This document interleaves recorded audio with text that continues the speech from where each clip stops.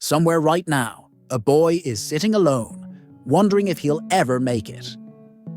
Somewhere, a girl is looking at her empty hands and asking, "Why was I born with nothing?" But what if I told you that everything you need to rise is already inside you? That your fire, your belief, is stronger than every wall life has built around you.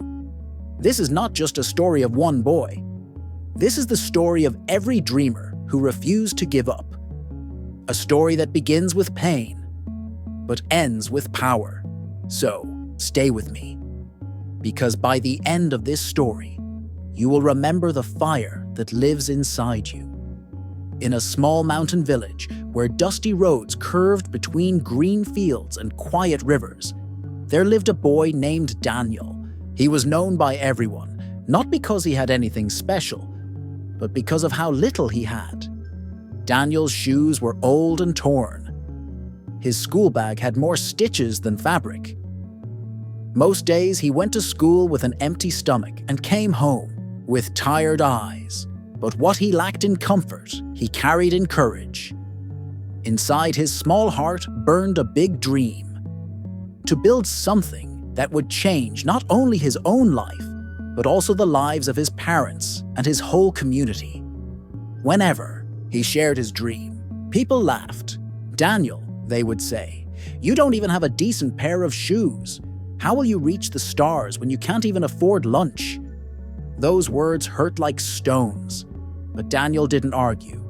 He simply smiled, because deep inside, he knew something they didn't: that poverty of money is temporary, but poverty of vision can last a lifetime.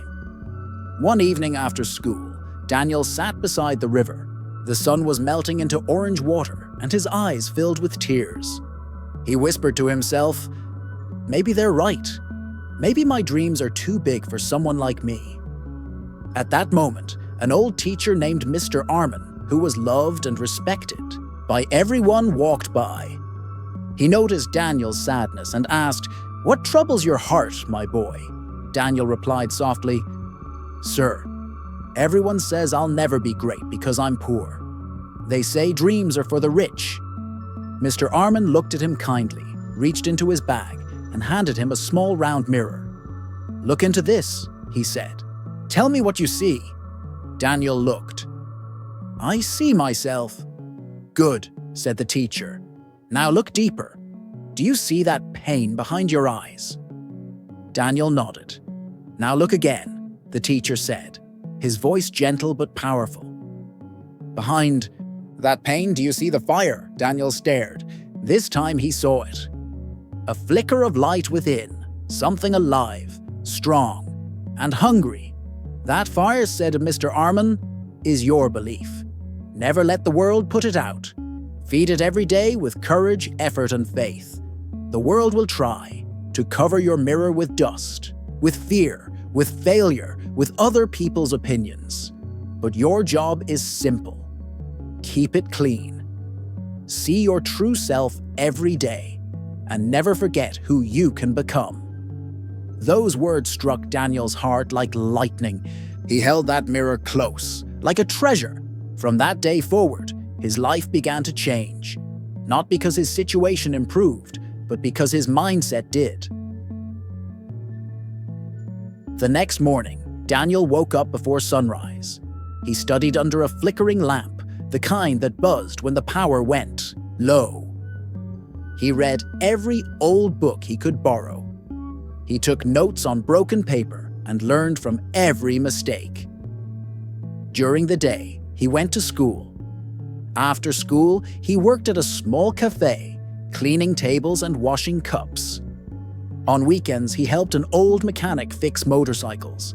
His hands were always dirty, but his mind was becoming sharper every day. At home, things were hard. His mother was sick, and medicine was expensive. His father worked long hours as a farmer, but still came home with barely enough to buy food. Daniel often slept hungry, but hunger became his teacher. It taught him discipline. Pain became his motivation. It reminded him why he started. When the village slept, Daniel studied. When his friends played, he worked. When others doubted, he dreamed harder. And every night before he slept, he cleaned the small mirror and whispered, "I still see you, Daniel. You can do this." Years passed. Daniel finished school with top marks. With a small loan from a local's charity, he started repairing old phones in his father's storage shed. It wasn't much. Just a small wooden table, a broken chair, and a single light bulb. But that was where his story truly began. He worked from morning till midnight, saving every penny. He repaired, replaced, learned, and improved. Slowly, word spread. There's a boy in the village who can fix anything. After a year, Daniel opened a small electronics shop. He called it Shine Tech, because as he said, even broken things can shine again. Customers loved his honesty. He treated everyone with respect, whether rich or poor. He listened to people, helped them, and gave his best work every time. Within a few years, Shine Tech grew. Daniel hired 2 young helpers, kids who, like him, came from nothing. He taught them not only business, but also belief. As time passed, Daniel's business grew beyond the village. He opened branches in nearby towns. He learned marketing online, started selling phone accessories, and even launched his own brand. People who once mocked him now stood in line to shake his hand. Some of them asked for jobs. Some asked for advice. Daniel gave both freely because he remembered what it felt like to have nothing but a dream. His mother finally got proper medical care. His father stopped working in the hot fields and began helping Daniel at the shop. The family's small house became filled with laughter again. One day, Mr. Armin, the same teacher who gave him the mirror, visited ShineTech's new office. Daniel greeted him with tears in his eyes and placed the old mirror on his desk.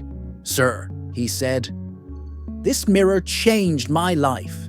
Mr. Armin smiled. "No, Daniel, it wasn't the mirror that changed your life. It was your belief that refused to die. The mirror just helped you see it." Daniel's story spread across the region. Schools invited him to speak to students. He told them not to be afraid of dreaming big. He said, "I started with nothing but belief. The world tried to tell me who I was, but I decided to tell the world who I would become. You can do the same." He built a small foundation to help poor children go to school. He donated part of his profits to buy books for village libraries. Whenever he saw a young boy walking barefoot, he smiled, because he saw himself. Today, Daniel stands not just as a successful businessman, but as a reminder that circumstances do not define you. Choices do. He often tells his followers, "You don't need a rich father to succeed. You don't need perfect conditions. You only need one thing: faith in yourself. Even when nobody believes in you, believe in your fire. Clean your mirror every day.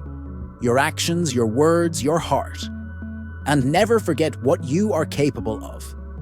Daniel's journey teaches us that greatness is not built in comfort. It's built in the silent hours, in the unseen effort, in the times when everyone doubts you but you keep going anyway. My friend, if you felt even a small spark of hope in your heart today, don't keep it to yourself. Share this story with someone who needs courage. Remember, your next chapter of success begins the moment you dare to think big. Start today, and never, ever stop believing in your fire. If you liked this story, please like, subscribe, and join me on this journey of strength, hope, and transformation.